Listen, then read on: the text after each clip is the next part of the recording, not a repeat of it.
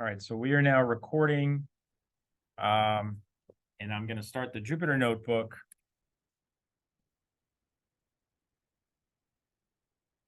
Okay.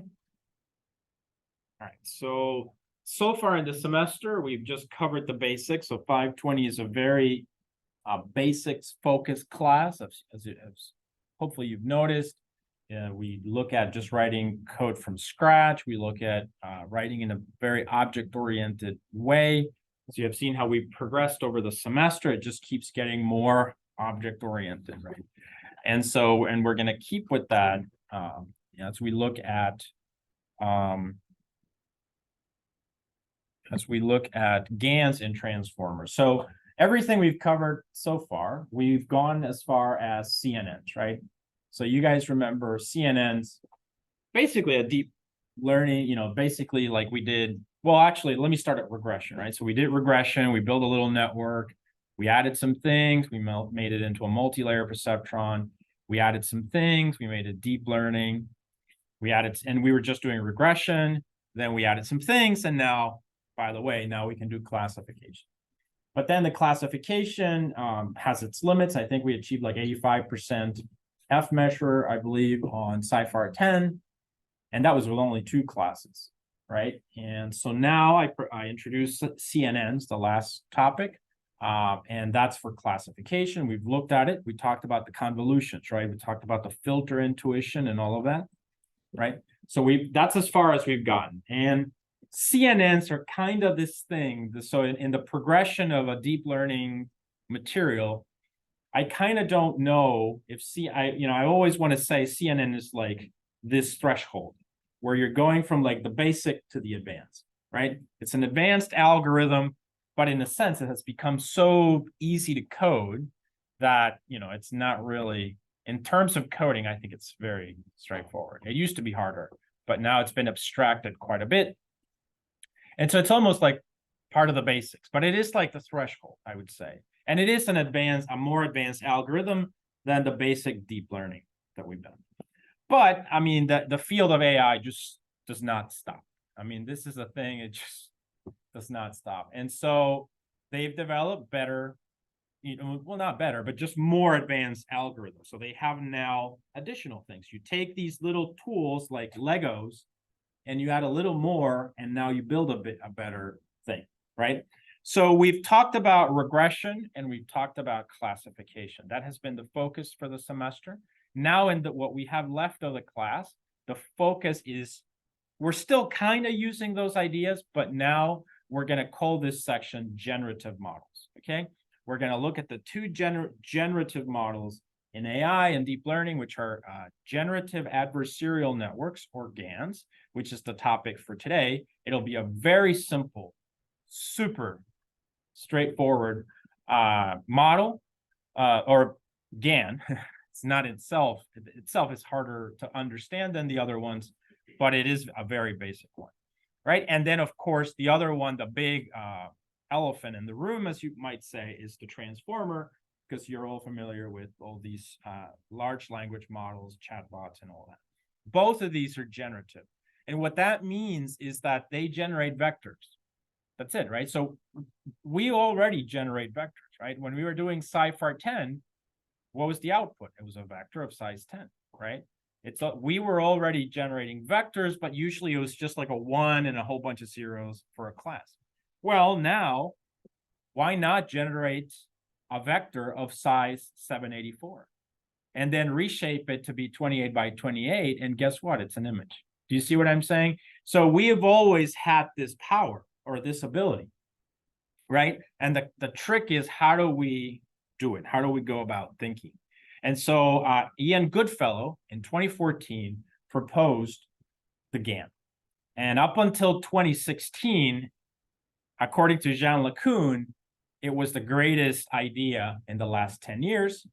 That was in 2014. 3 years later, so it was very short-lived, we got the transformer, which is probably one of the greatest ideas in AI in the last 30 years, right? And that's, the transformer is a very complex neural network. We are, in fact, probably just going to cover 1/2 of it in this class. because it's much more complex to look at both, and I may not have time, but I'll give you enough to give you. We'll code it from scratch also, which makes it even more difficult. All right. So anyway, so these models are they're the same principles, neural nets, architectures, etc. But now we have a different goal, which is to generate either images or we want to generate text. Okay. But it's still just generating some vectors. All right. But how do we do it? And, that's kind of what it is. And so this field just doesn't stop. We've got, right now it's like the big things are like all the GPTs, ChatGPT talking to you and answering questions and things like that. There's something called stable diffusion. If you've ever looked at played with stable diffusion, maybe, you tell it, I want a pig wearing a hat and a bow tie in space, and there's a ship, and and it'll generate the image, right? Well, what we're gonna do today, GAN is like the very, very old ancestor of the stable diffusion. So stable diffusion model is a much more advanced type of a generative model, but you don't want to understand stable diffusion if you don't understand a GAN. Okay, so but just keep in mind that GAN is the precursor, right? The original idea in 2014.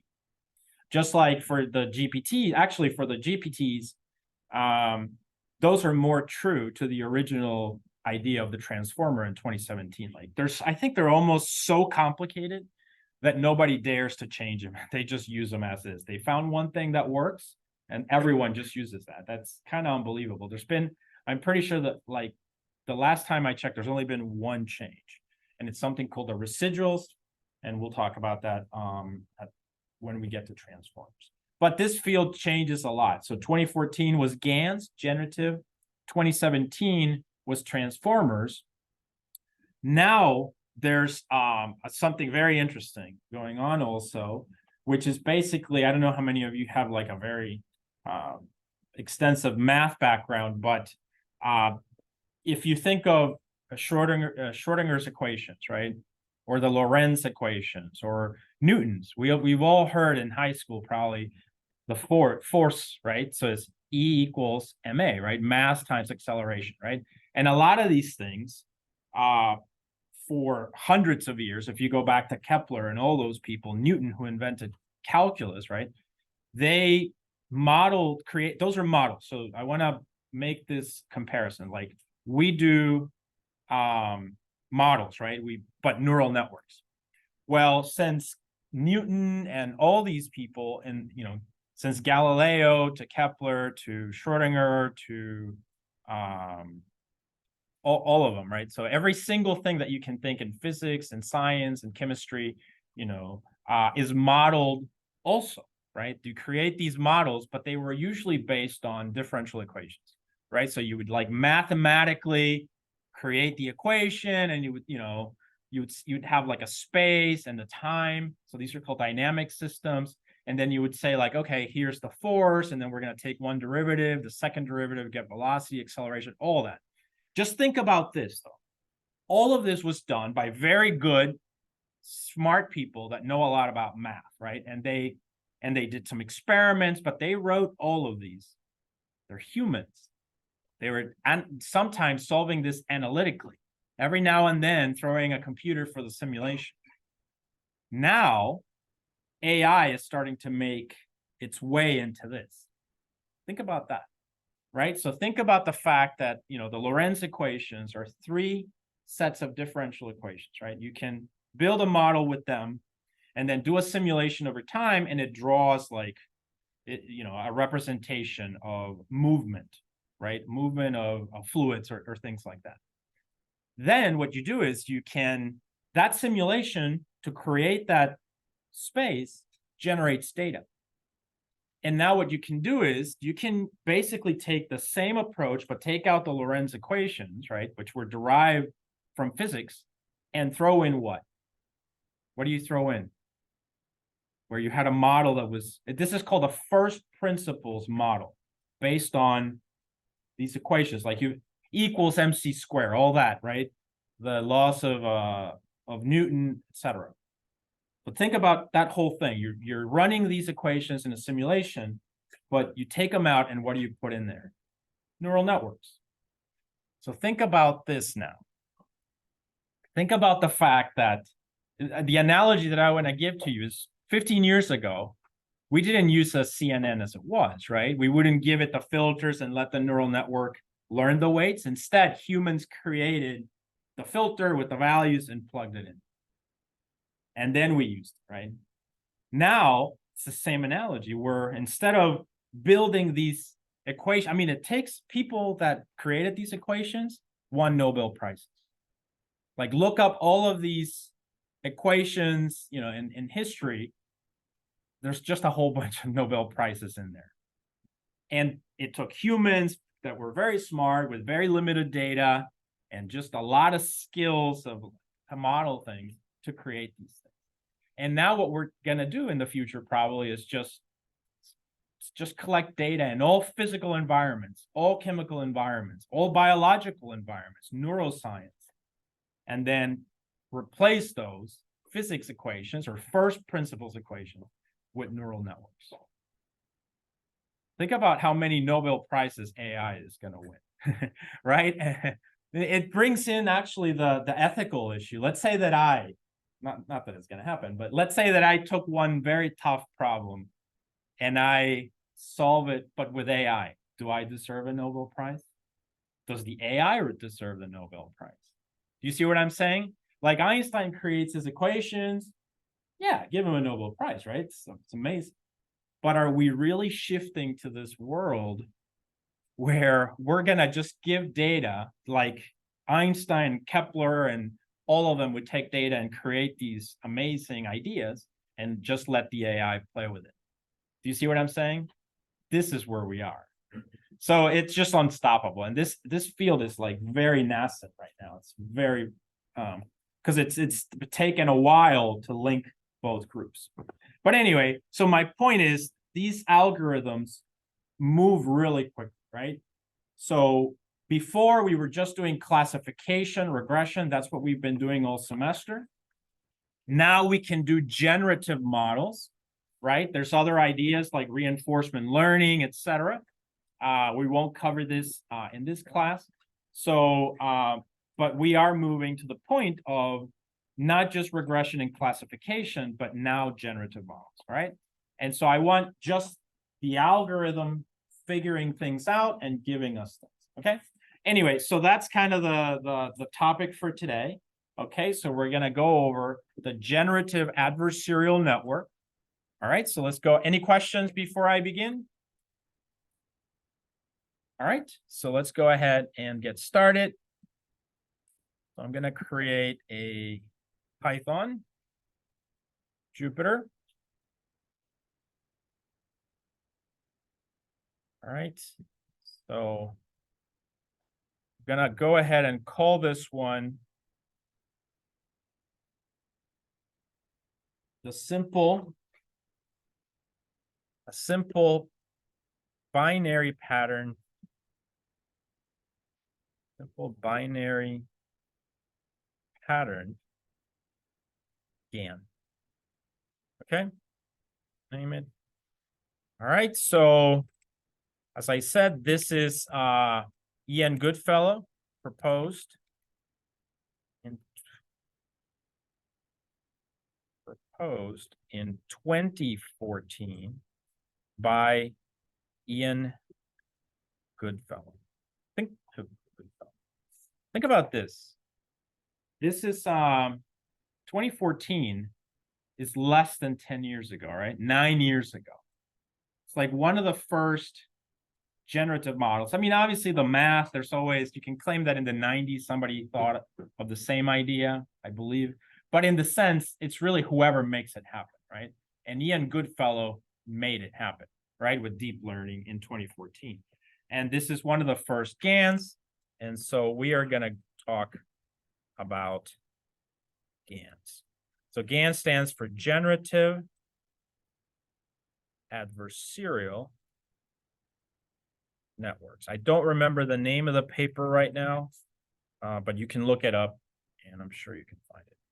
This example, we're not going to read in data. So we are gonna generate our own data. So it's gonna be like data, just hard-coded basically, just to keep it as simple as possible.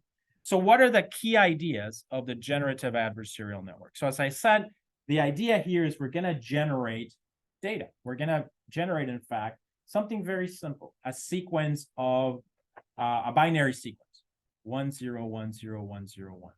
But we're gonna not just generate it with if statements, etc. We're gonna generate it with a neural net.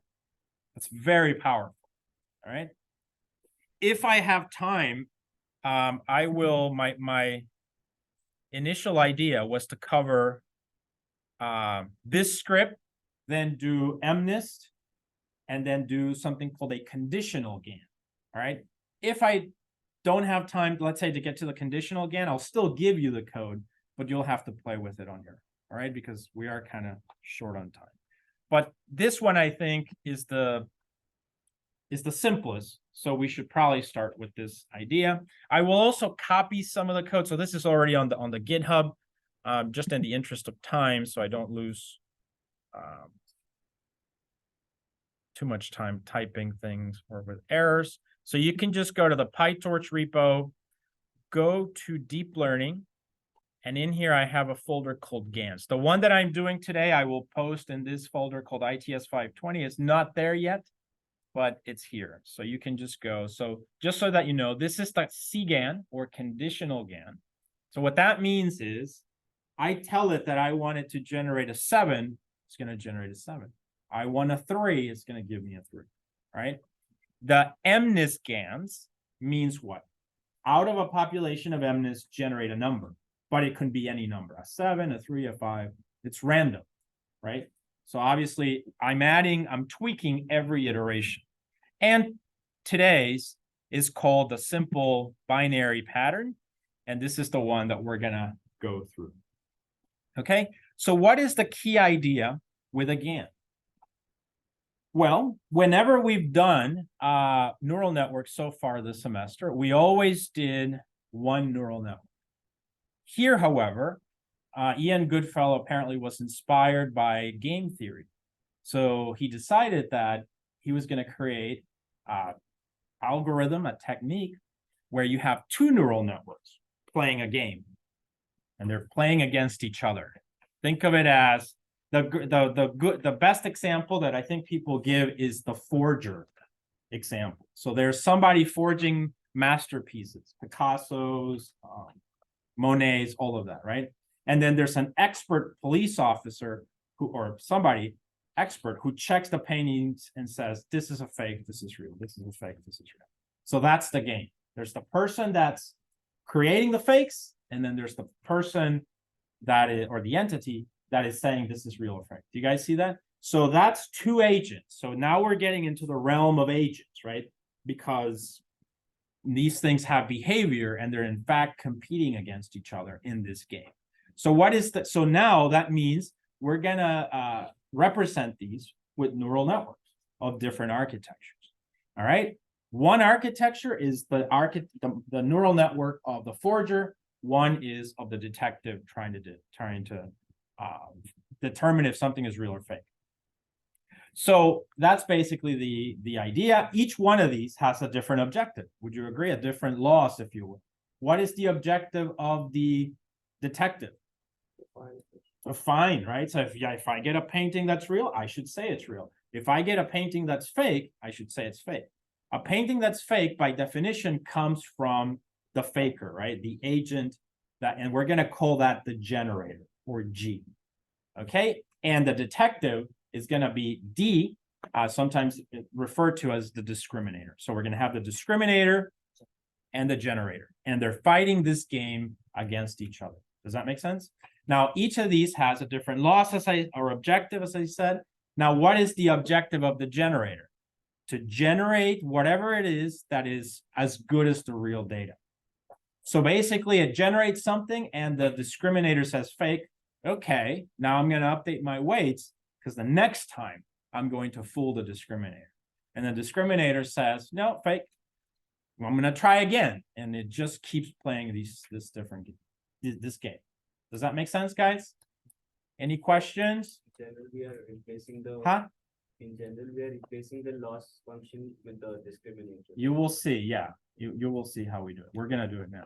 This is what you said just now is the trickiest thing to understand sometimes. Okay? Like, we'll see how that works. But yeah, good question. All right. So as I said, I'm gonna try not to type this up. I'm gonna copy it and run it and explain the code just so that it doesn't take me such a long time. Now, the beauty about this is we're using the approach that we've been using all semester, object-oriented, pretty much what we did last week with MNIST. And so hopefully all this code is familiar to you and we don't have to, worry about that. All right, so I'm going to get started. I've given you the intuition, right? And so I think you should understand. So now I'm going to load the libraries. As you can see, it's basic. Oh, I need that. It's basically Torch, TorchNN, Pandas, Matplotlib, Random, NumPy. One thing about generative models is if we're generating images, we need to see the image, right? All right. When we do GPT, we're going to generate text, a little bit more complex there, obviously, but we'll cover those basic ideas. All right. So now let's go ahead and think about some functions, right? So we're going to generate some data. So here, I'm going to need to generate what is called real data and what is fake data, right? So in this case, this is the function that I'm going to use to generate real data. This is just an example. I could have used images, for instance, right? So in the other example, if we get time, MNIST, for instance, would be the actual MNIST data set. All right. But in this case, we're just generating data here. So we have a function called generate real. And if you notice, all that it does is it generates a torch tensor. Okay. And here, this torch tensor is of size 4, and it's basically generating values. Okay. Now, binary values are usually 0 and 1, but in a system, in signal processing, you always really have noise. So it's better to model it that way, which means we'll have 0.85, 0.15, whatever it is. But if it's 0.85, it's a 1. If it's 0.18, is a 0. Do you guys see that? So that's basically the idea. All right, so this is our function. This code should be straightforward because other than Torch, we're not really using any libraries. Everything is built from scratch. All right, so now let's go ahead and run generate real. So this function I just created.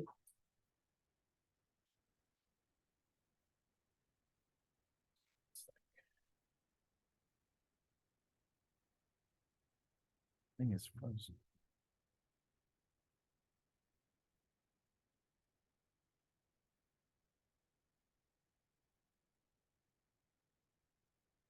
All right, so I'm going to move the next one. I'm going to run the function generate real. Okay.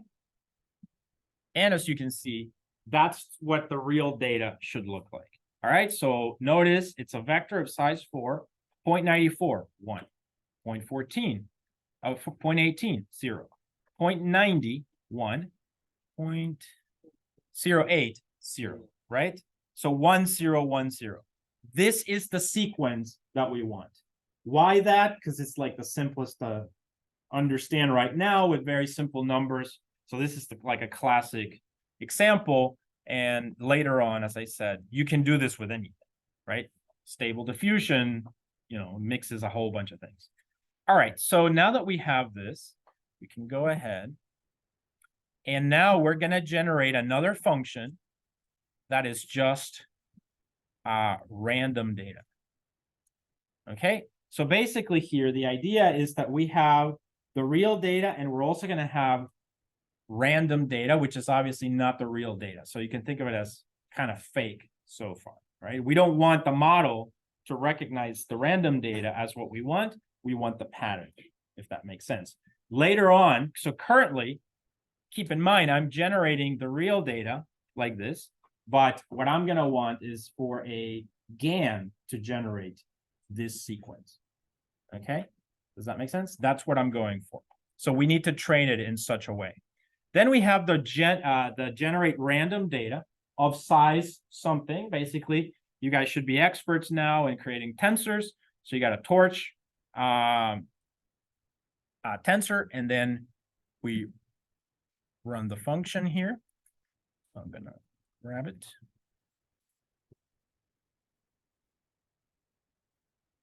Okay.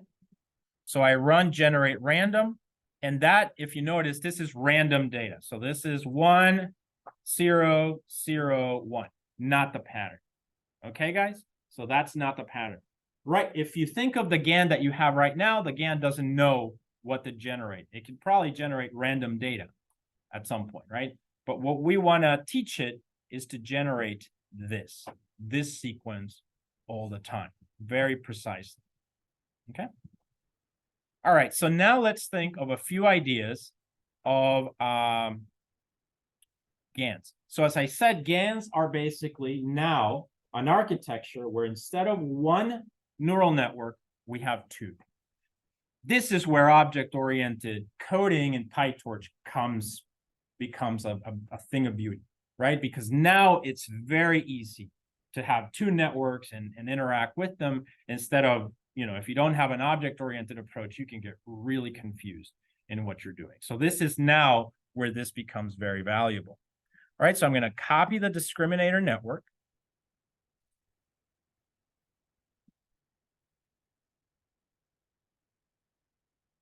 I'm going to say discriminator.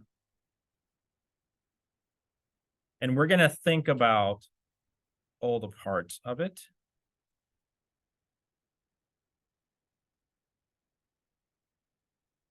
Okay, so there it is. Notice that it's a very similar approach to what we used last week when we were building our object for CNNs. Okay, so I'm going to run this and then I'm going to go over it. Notice it's got the same structure, right? It's a discriminator. It inherits the NN module, right, from PyTorch. Then we have the functions in it, right? We have the function forward, we have the function train, and we have the function plot progress. So if you notice, it's pretty much the exact same structure that we were using last week. Okay, so let's, as usual, let's leave the init for last, and let's just kind of go over these, which are a little bit more straightforward. Right, so we've got the forward function, right? What does the forward function usually do? It takes in whatever the input is and runs it through the model, and then we get the output. The model is going to be the architecture, right? Okay, this is the discriminator. So we have to think about what the discriminator is actually trying to do, okay? Then we've got the train, and the train is what? Usually the inputs and the targets, right? Doesn't change. So what does that mean? We take the inputs through the forward function over here, and that produces outputs, right? And then what do we usually do with the outputs? We compare them to the actual targets, and that's our loss function, right? And then we do this part here. If you remember, this was just us adding the loss function into a list so that we can plot it, right? So there's nothing really going on here related to the training. It's just for plotting purposes.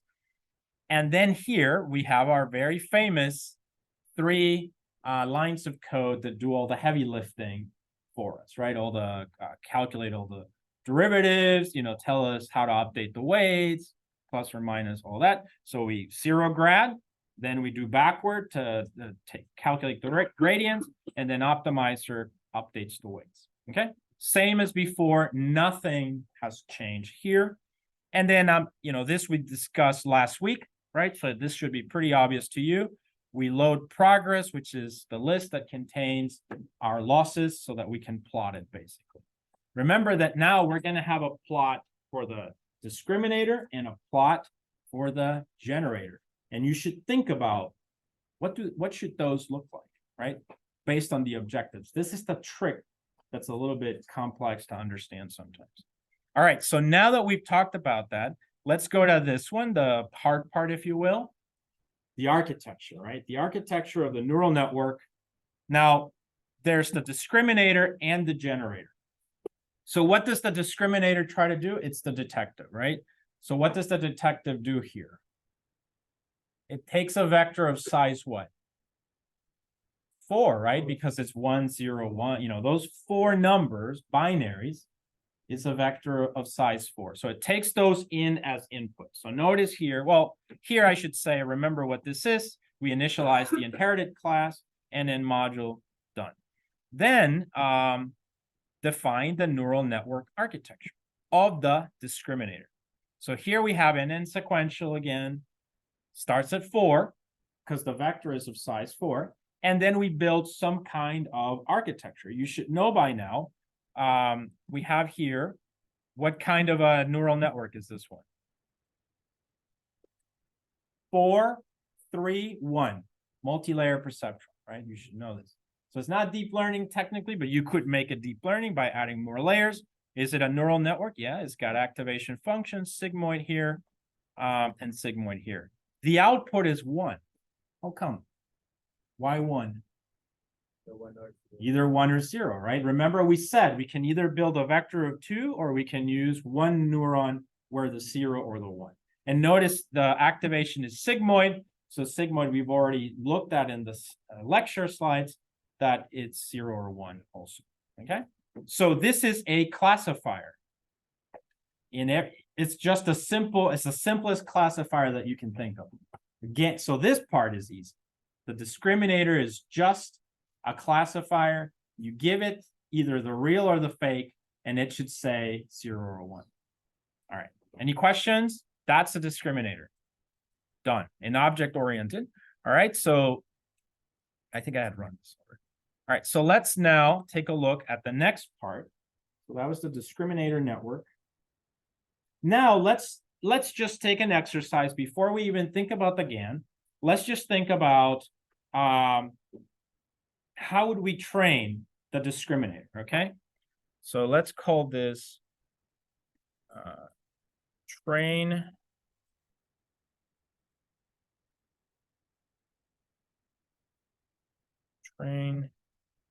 discriminator, okay? On with, let's say with no generator. Notice I haven't created the generator yet. Okay, so I'm going to do markdown here, run this one, okay? So now let's grab the next piece of code, which is going to be this.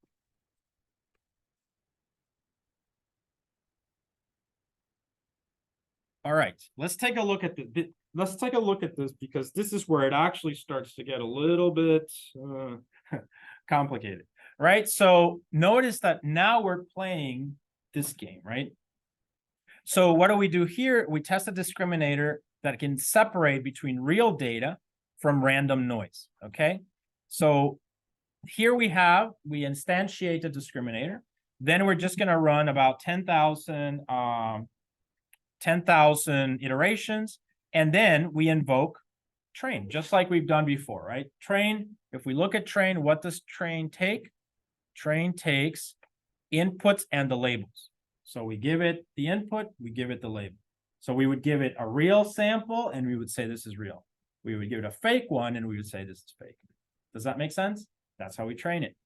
All right, so how do we accomplish that one? That should be simple enough. Real data comes from generate real, right? If you remember, generate real will always produce this sequence, because this all values will always be between 0.1 and 1. All values here will always be between 0 and 0.2, so that's a 0. All values here will always be from 0.8 to 1, that's a 1. And then all values here will be from 0.0 to 2, so always a 0. So always 1, 0, 1, 0, always, okay? So that's real. The other one generates random. So I don't know, it's going to be sometimes, could be all zeros, for instance. It's random. So that's what we're going to train it on. So how do we accomplish that?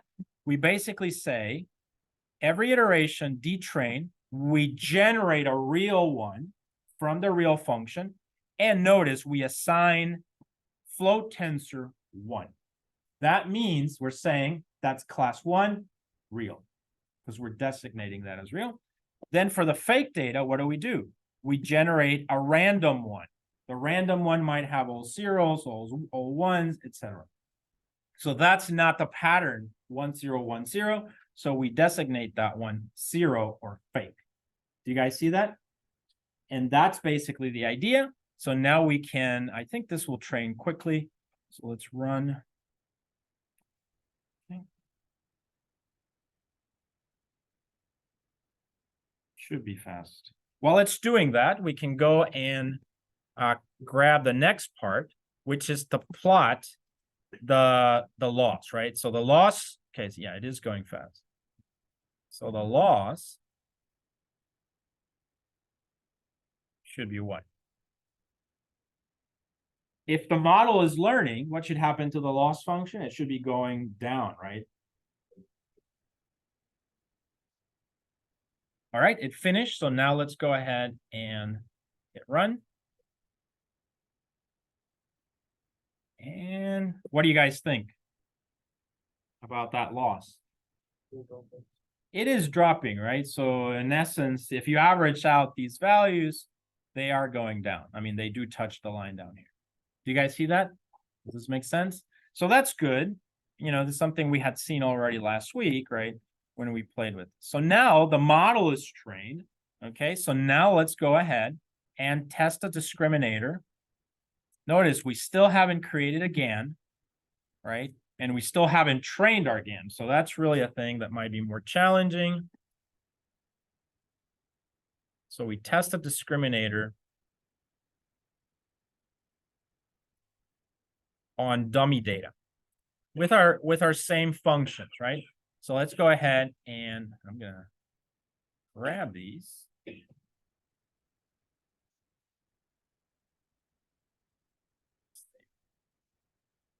Okay, notice what I'm going to do here. So manually run the discriminator to check it can tell real data from fake data. Okay, we use the same functions, right? Because they'll generate vectors of 4. One will generate 1 0 1 0, and the other one will generate, I don't know, 0 0 0 0. Right? So if you notice, we just invoke the discriminator, which is already trained. Our model is already trained, ready to deploy to Onyx, right? And so we can say D forward, and we provide to it generate real. So that means a vector 1 0 1 0. And it should say that that's a real image. So it should give us what? Something above 0.5, correct? Or so. D forward on generate random, which is a vector of 4, but random values. Let's see, maybe 0 0 0, something like that. It should say fake. Because this model, this discriminator has learned only to say that something is real if it has the pattern 1 0 1 0. Any questions? So easy so far, right? So I think it's easy so far. All right, so now let's go ahead and run it. It works, right? That's the beauty of AI, right? Tells you if it works or not. So 0.80, the first one is real. I like, you know, so far the discriminator is good. But we haven't created a generative model yet, right? It's not generative because we're generating our data with a function, kind of heuristically speaking, but we want a neural net to do this, right? So anyway, we know the discriminator seems to be working. So now let's go ahead and think about the generator network, right? So this is where it's going to get a little bit more complicated. And that's why it's a good idea to start with this one. Oops.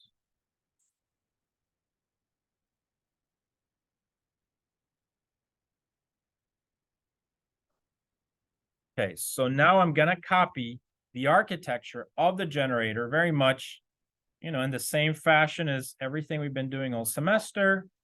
So all of this should be very familiar to you now.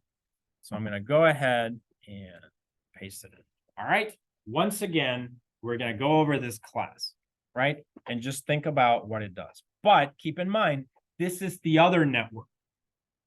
So think about it. This network now will generate patterns, and those patterns need to go as inputs to the discriminator. So the two neural networks need to exchange data now. All right, so let's take a look. I'll run it. All right, so once again, what do? class generator NN module. We inherit from PyTorch. We have what functions? Init, forward, train, and plot progress. The exact same structure we've been using, right? So let's take a look. Let's start at progress. It's literally the same function as before, right? We save the losses, we plot them. So we've discussed that. The function forward is the one that we can use whenever we want to predict. We give it what? Inputs, run it through the model, which is running it through the network architecture. We get the outputs, right? Pretty easy. All right, train. Now train, look at it. There's a D in here. Uh-oh. All right, so now it starts to get more complex because we have two ideas here. So we'll come back to that in a second, but let's take a look at the architecture first. So the init function is this one, right? So the constructor, we initialize parent PyTorch class with super init, all right? Then we define the architecture for the GAN. We'll come back to this. Notice that we specify here an optimizer, right? Which is going to be torch optim, stochastic gradient descent with the parameters, etc. We have to learn these weights, okay? We have to learn these weights. I think when I did the discriminator, I forgot to mention the loss, right? I feel like I didn't say that. So in the discriminator, to contrast, remember, we give it a 4 as input, predicts an output of 1. The loss function is, and then MSE loss. You can use MSE with a classifier, sure, why not? Okay, so that's fine. So what is the optimizer? Stochastic gradient descent. The model parameters go here, which is the weights, learning rate, same stuff. So I don't remember it. It might be. I mean, you can try either one. So in classification, you usually use cross entropy, but it's not like you cannot try other things if you put in the right structure, the right activations, etc. But this will work. All right. So anyway, so I feel like I forgot to mention this part. So here's the activation for this one. Okay. Now let's go back to the generator. And okay, and we were looking at this. So we'll come back to the architecture because there's something new here in the generator that we have to pay attention to.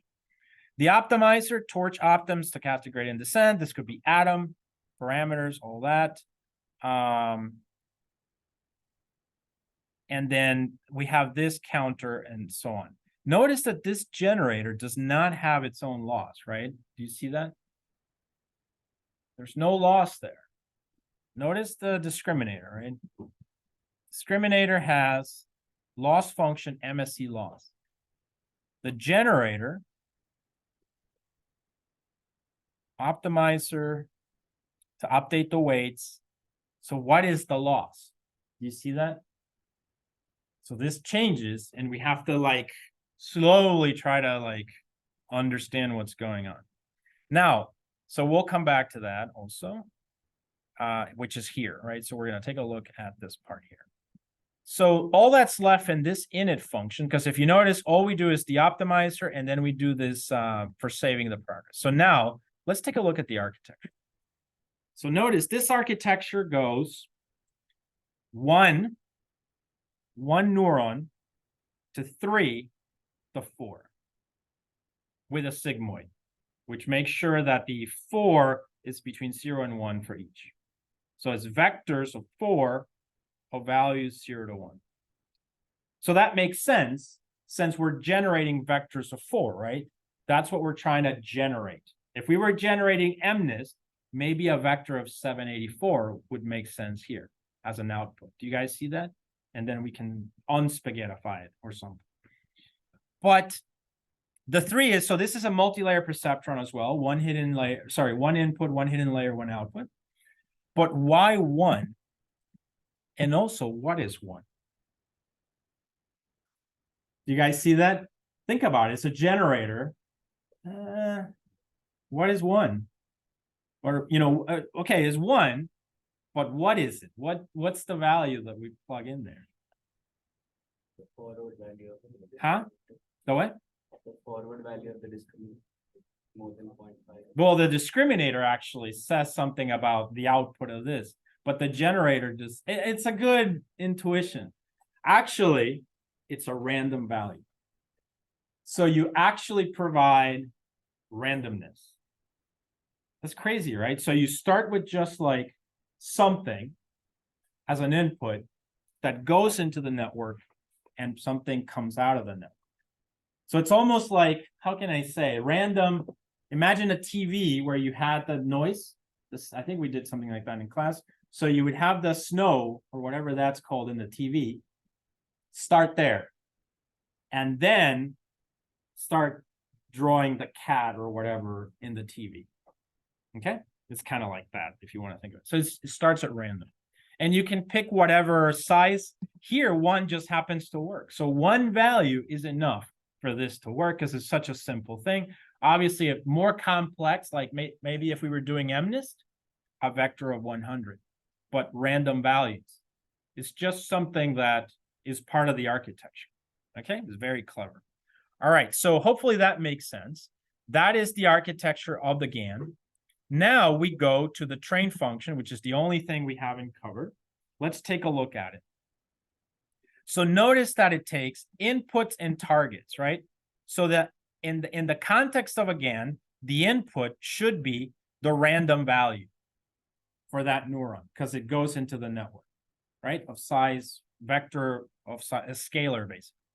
The targets is the label that we are giving to it, right? That we're assigning to that image. All right, so it says a real image or a fake image. Okay, so then, and then we need to pass the discriminator to this. Remember that the discriminator has, in this particular case, a loss function, MSE loss, okay? To learn to predict either ones or zeros, okay? So now we go over here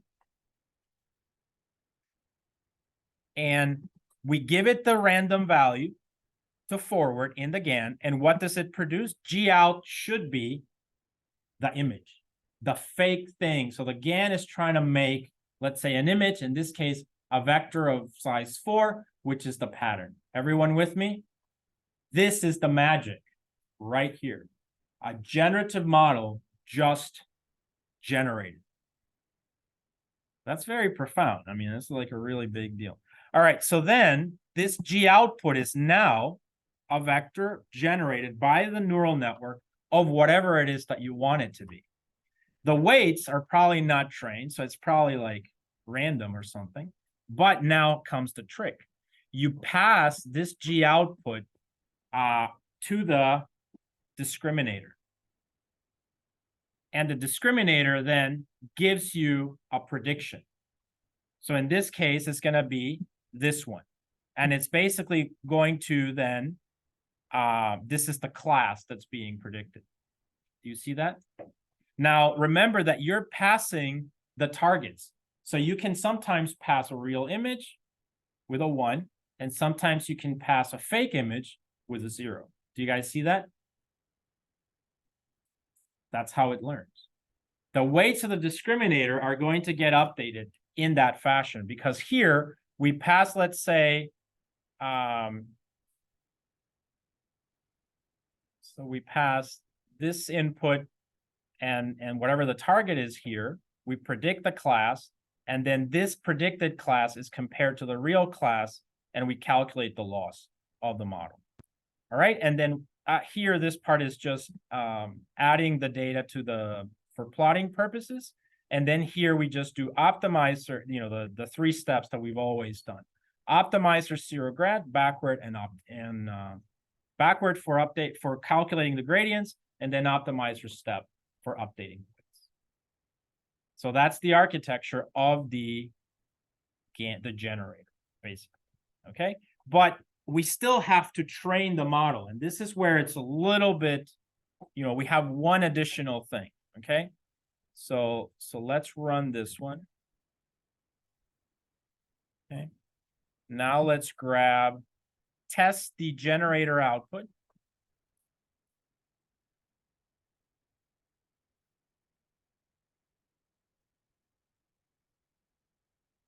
Test the generator output.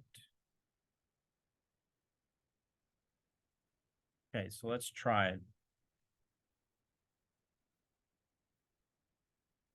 So the generator has been created. The architecture has been created. So as I said, I check the generator output is of the right type and shape. So 0.5 is the noise. So remember, we have only one input and we've just picked 0.5. There's no like reason why, right? It's just that's the input to it. So then we instantiate the generator and then we invoke forward. We give it the float tensor 0.5 and it gives us a vector. What do you think about that? That's the generated vector that the generator just created. What is that sequence? 1, 0, 0, 1. Do you guys see that? That's the pattern that the generator is currently generating. It's not correct, right? But that's because we haven't trained it yet. But the neural network already can generate. It's just not generating what we want, but it is generating already a binary sequence. Okay? Is that clear for everyone, guys? All right, so we've done that.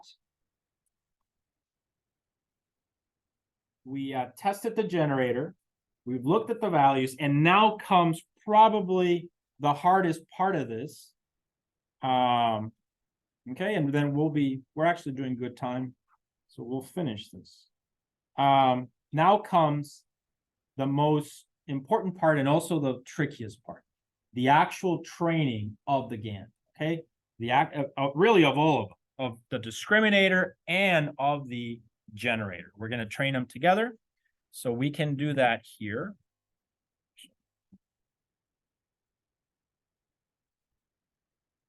I'm going to go into the Jupyter. Now let's copy this one, train GAN.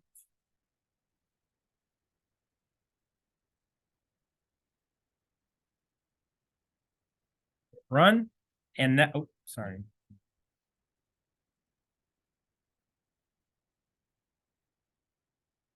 Okay, so now comes the training loop.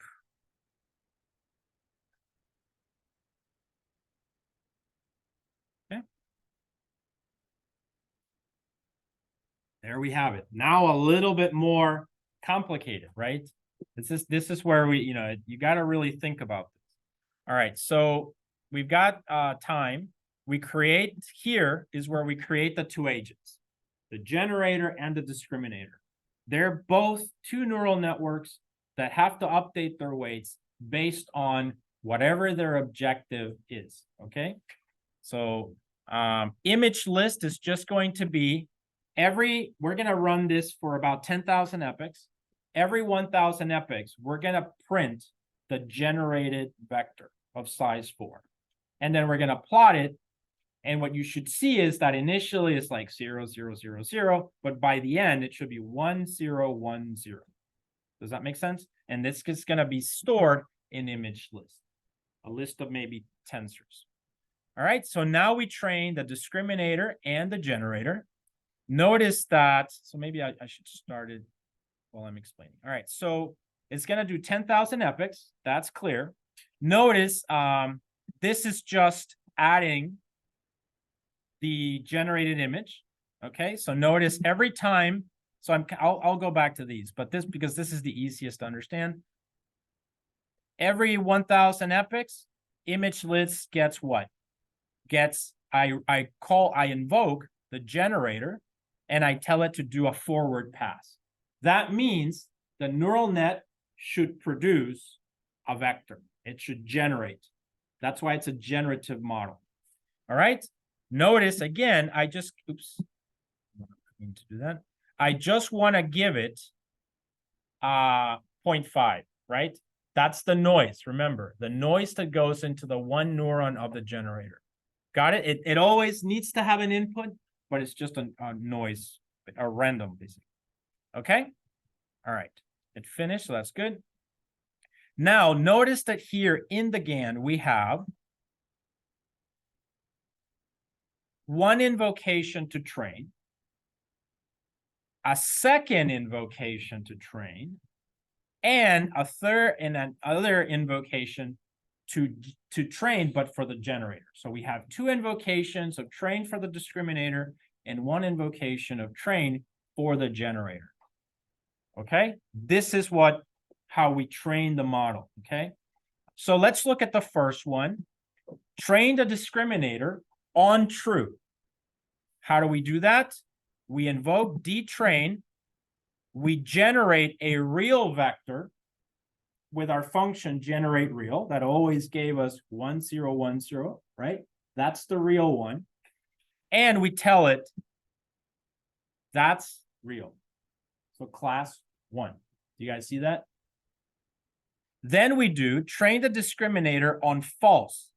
And here we have to use detach so that we don't update the G weights in this idea. So whenever you take a step in a neural network, it'll just update all weights. And remember that this computational graph has both a generator and a discriminator. So when we want to just update the discriminator weights, but not the generator weights, right? We need to use this detach here. That's just the way PyTorch works. It's one of those PyTorchy things you just have to learn and live with. All right. But notice then here we do detrain, discriminator on false, train the discriminator on false. So how do we do that? We invoke the generator and we tell it to generate forward. You see that? What do we give it? The random noise. You see that?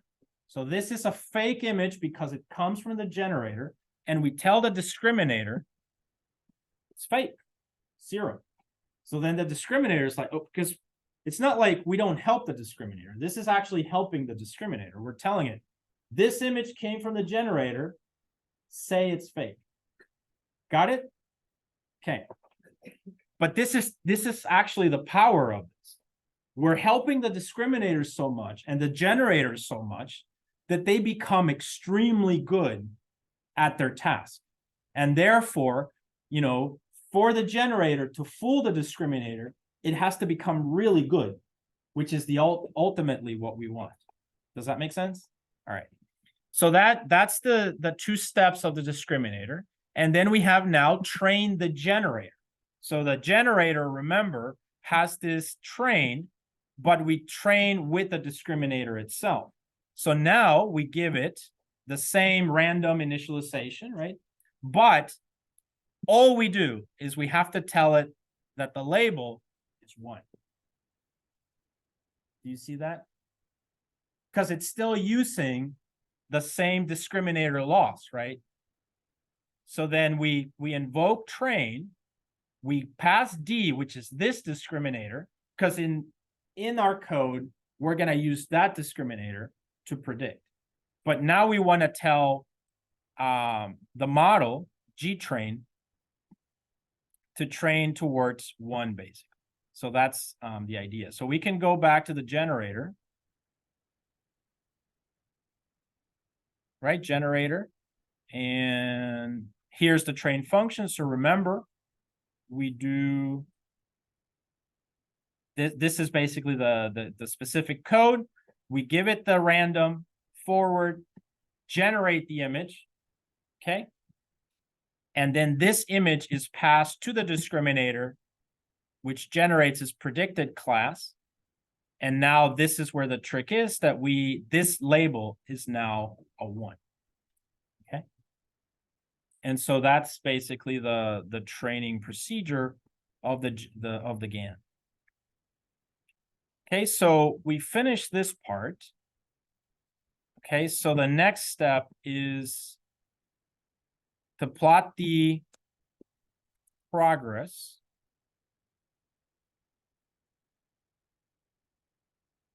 Okay, so this is going to be the plot for the discriminator after training. It's different now, right? It's not going down.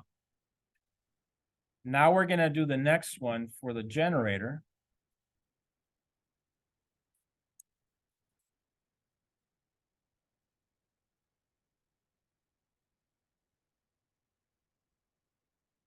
It's also not going down. Do you see that? And actually, theoretically speaking, this is the desirable effect. What that means is they basically found like a balance. If one was going down and the other one wasn't, what would that mean? It would, let's say that the discriminator goes down, right? All the way down. What would that imply? That the discriminator is really good, but the generator didn't achieve convergence or didn't get to be a good generator, or the other way around. So theoretically, this is what you should have, actually, a balance between them. Yeah, you can look it up. I mean, that's kind of like a rule of thumb when you're having trouble with your generators to kind of see where the problem might be. All right, so now what else do we want to do? We plotted these. Now let's run the generator just to see. So if the generator was trained correctly, what should happen here? 1, 0, 1, 0, right? 0.92, 0.05, 0.95, 0.05, 1, 0, 1, 0. Yeah? Agreed? So what does that mean? Before we were generating with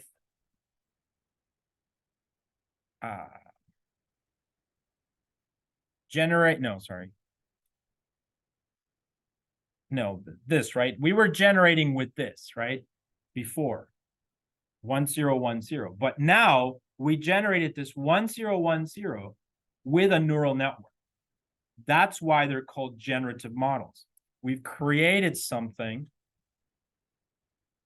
from randomness. And this neural network can now just create these patterns of 1, 0, 1, 0. But this idea can be scaled to, images, whatever it is. All right, so the last part, because we're, no, it's 6:08. So we have, it's 6:18. So we have time. We have 12 minutes.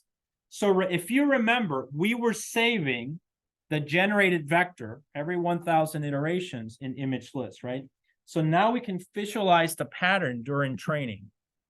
Since this is a generative model, it gives you this intuition of it generates images. So let's do this one.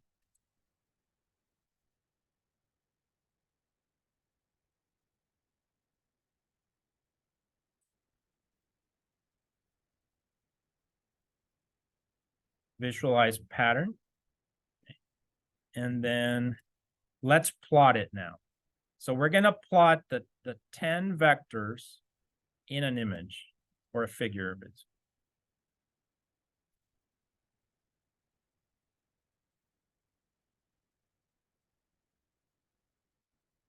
There it is.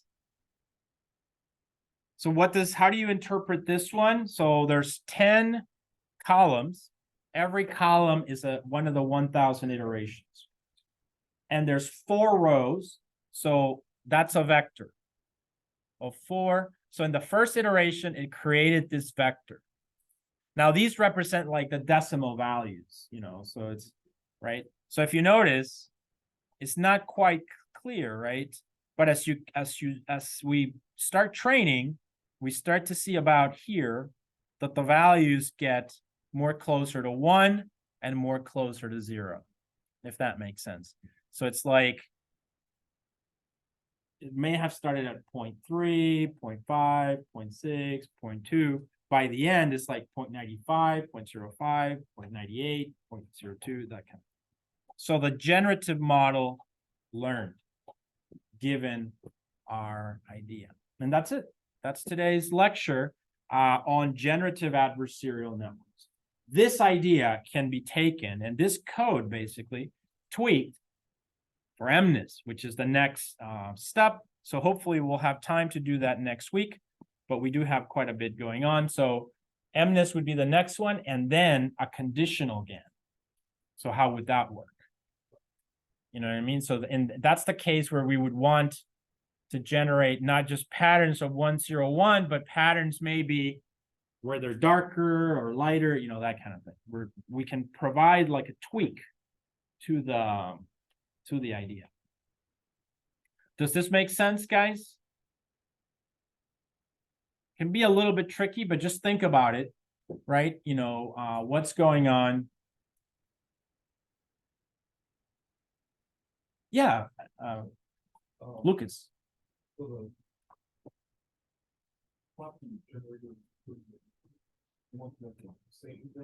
That's kind of like in the literature, what I have read, and you can, in forums and everything, it's if you notice, they have like they're around 0.25. Do you see that?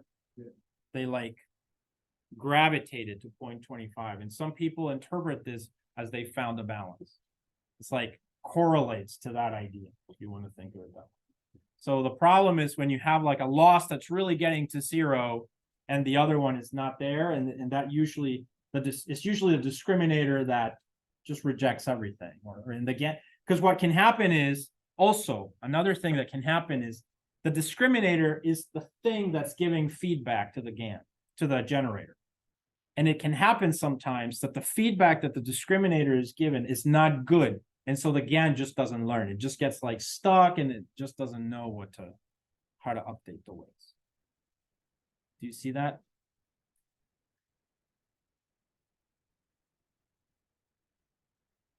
One key intuition is this one here. The train generator, right? Why do we give it a 1? Because we want the weights, remember, we want the weights of the GAN to be so good that when we're updating those weights, right, the weights of the GAN will generate a really good image, right? And that means if it's a really good image, that the discriminator will predict 1, which means it's real. Do you see that? So this is how we make, we force the weights of the GAN to be what they are, to be good, because whereas here in the discriminator, if it's true, we say it's a 1. But when we're using here, it's like clear cut. If we generate an image from the generator, we say it's a 0. From the perspective of the discriminator, that's what we want. We want the discriminator to always say, when I have a image from the generator, it's false. But now you got to look at it from the point of view of the generator. The generator has another objective, and it needs to update its weights in a different way, right? And the way that it does it is through the discriminator, right? So you have to generate an image from the generator, right? But when you feed it into the discriminator should say real. And how do we know that it's real? Because we said that we wanted it to be 1, right? So 1 is what we want. The discriminator predicts 1. Boom. Those are the weights that we want. The weights of the generator. See that? So we want to update those generator weights so that the discriminator says it's a 1. If the discriminator's, it's not, then those are bad weights, right? So the weights are updated in that direction, if that makes sense. Questions? I know this is probably like the trickiest thing to like wrap your head around because it doesn't have its own loss. It's through the discriminator. Any questions, guys, on GANs? If I gave you an exam on GANs right now, you all get an A. All right. So this concludes this video. So I'm going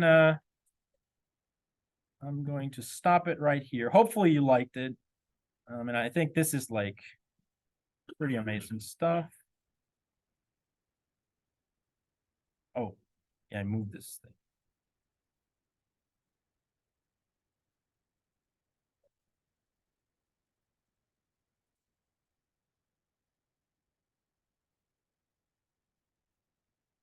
How do I?